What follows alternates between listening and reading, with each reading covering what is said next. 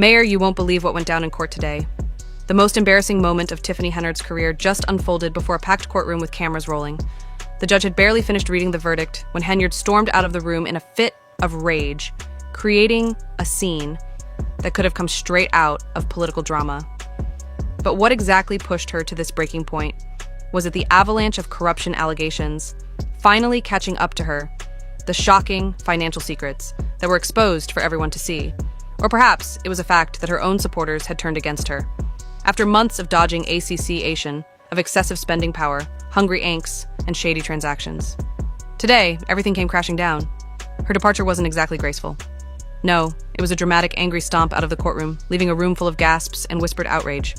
People couldn't stop talking. What exactly had happened in that room? What did the judge say to set Tiffany off? More importantly, is this the beginning of the end for Dalton's most controversial mayor? Hold tight, because things are about to get wild. The courtroom was tense as reporters, political analysts, and regular citizens crowded into every available seat, all waiting for the moment when Tiffany Henyard would finally be held accountable for her actions. This wasn't just any trial, it was a public reckoning for a politician whose name had been in headlines for all the wrong reasons. The judge took his seat, and the room fell into complete silence. Cameras clicked, pens scratched furiously against notepads, and social media streams exploded with rumors. As a prosecutor began detailing the shocking evidence against him.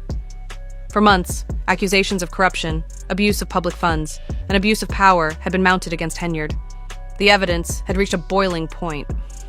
Tiffany entered the room with noticeably less bravado than usual, a far cry from her former confident, flashy public persona. The usual designer outfits and cocky attitude were gone, replaced by a somber expression as the prosecutor began listing each shady deal, unethical decision, and the taxpayer dollars that had mysteriously disappeared. Tiffany shifted in her seat nervously, stealing glances at her legal team, who were sitting stiffly beside her, fully aware of what was coming next. Then came the bombshell. The prosecutor started detailing the $43,000 Henyard had spent on Amazon, the first-class flights, and the luxury hotel stays. At first, Tiffany sat still, as though she thought this would just be another minor inconvenience, maybe a misunderstanding or a politically motivated attack. But as each accusation built upon the last, her confidence started to fade. The evidence was irrefutable, and the people of Dalton, the jury, looked on with expressions of increasing disbelief and disappointment. Things got even worse as the prosecutor unveiled new, damning evidence. Freshly disclosed documents connected Henyard directly to a series of back-to-back transactions that saw public funds being funneled into private accounts. Screenshots of emails, wired transfers, and confidential agreements flashed up on the courtroom screen, leaving the audience in shock.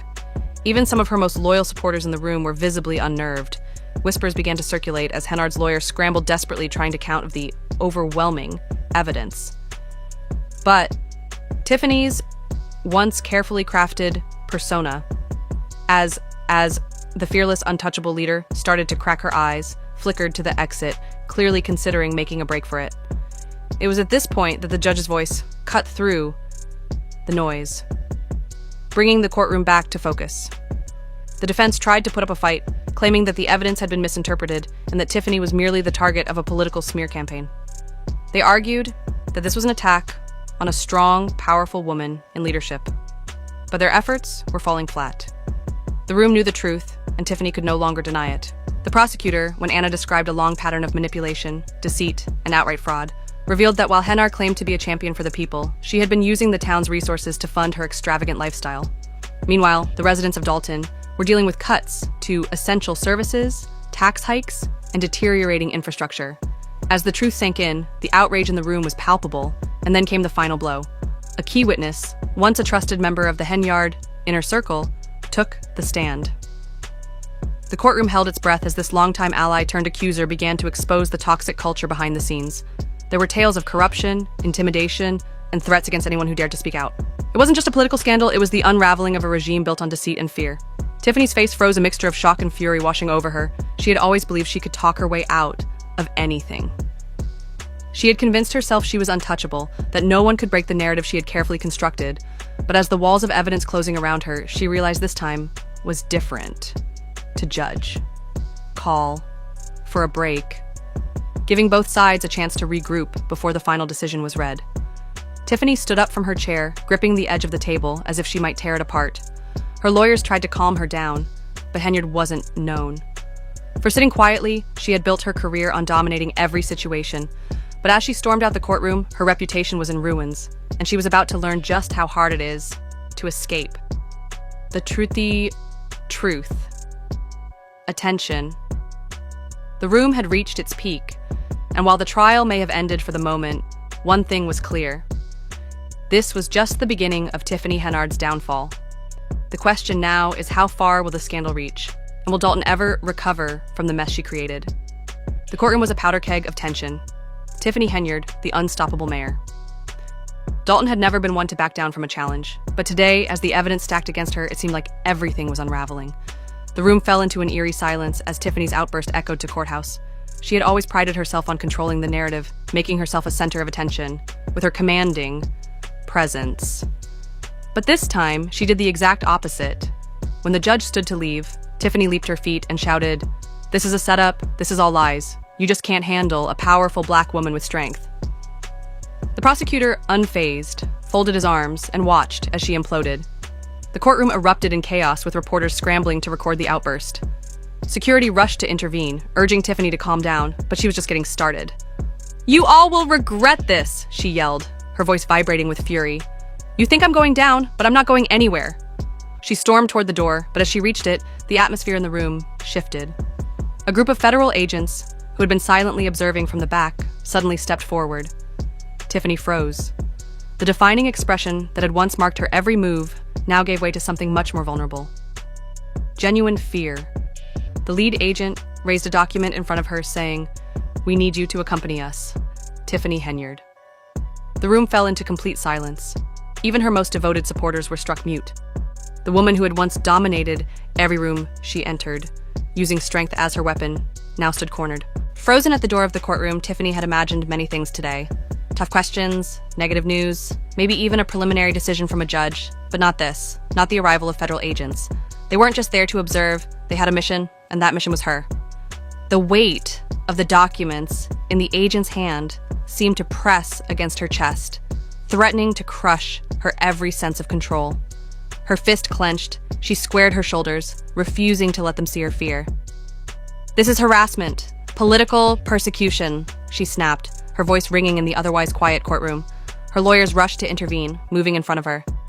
Whispering hurriedly, "We need to leave now. Don't say anything, just go." But Tiffany wasn't one to back down. She was a fighter, always had been. She shot the lead agent a glare that could have burned a hole in the wall. "This is political persecution," she repeated. Lou, at this time, the unfazed agent stood their ground. "We need you to accompany us for additional questioning. Miss Yard, this is not an arrest yet." The emphasis on yet didn't go unnoticed. Tiffany's mind raced. Why were federal agents already here? The judge hadn't even rendered a decision yet. She knew investigations were underway, but she had been told by people close to her that she was safe. Safe from what? Why were they here now? As reporters quickly realized what was happening, the atmosphere grew more chaotic. Phones shot up, cameras flashed, and social media exploded. Tiffany's meltdown was unfolding in real-time live for millions to see. Her supporters had stunned, some in disbelief. Others were still shouting words of encouragement. "It's all a setup. She's innocent," some shouted, but the cracks in support were visible. Whispers of doubt began to ripple through the ranks. This wasn't just a trial anymore. It was a spectacle, a public execution of her career. Tiffany, once a fierce and untouchable leader, now looked more like a liability than a political powerhouse. Her aura of invincibility had evaporated. Her lawyer tugged at her sleeve, trying to pull her away from the agents. "Let's go now." "Move," he whispered urgently. Tiffany's face burned with humiliation as she shoved her way through the courtroom. Doors flanked by agents on both sides, the walk down the courthouse hallways felt like a never-ending nightmare. Cameras followed her every move, capturing her descent from power. Reporters narrated the scene like it was a thriller, each word deepening the humiliation she was experiencing. "Is this the beginning of the end for Tiffany Henyard?" one commentator asked. As if the story had already been written, outside it was even worse. The crowd had gathered in a frenzy, hurling questions at her as she was led toward a waiting federal vehicle. "Tiffany, will you step down? Is it true the FBI is investigating you?" The media onslaught was relentless. Tiffany didn't answer. Her face twitched with irritation, but she knew better than to give them another soundbite. She had learned the hard way how much damage a single quote could do.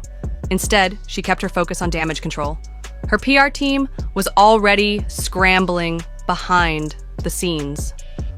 Leaked statements appeared online, labeling the federal action as nothing more than a political witch hunt, an attempt to silence a strong leader shaking up the system. But the leaks from within the investigation told a far different story.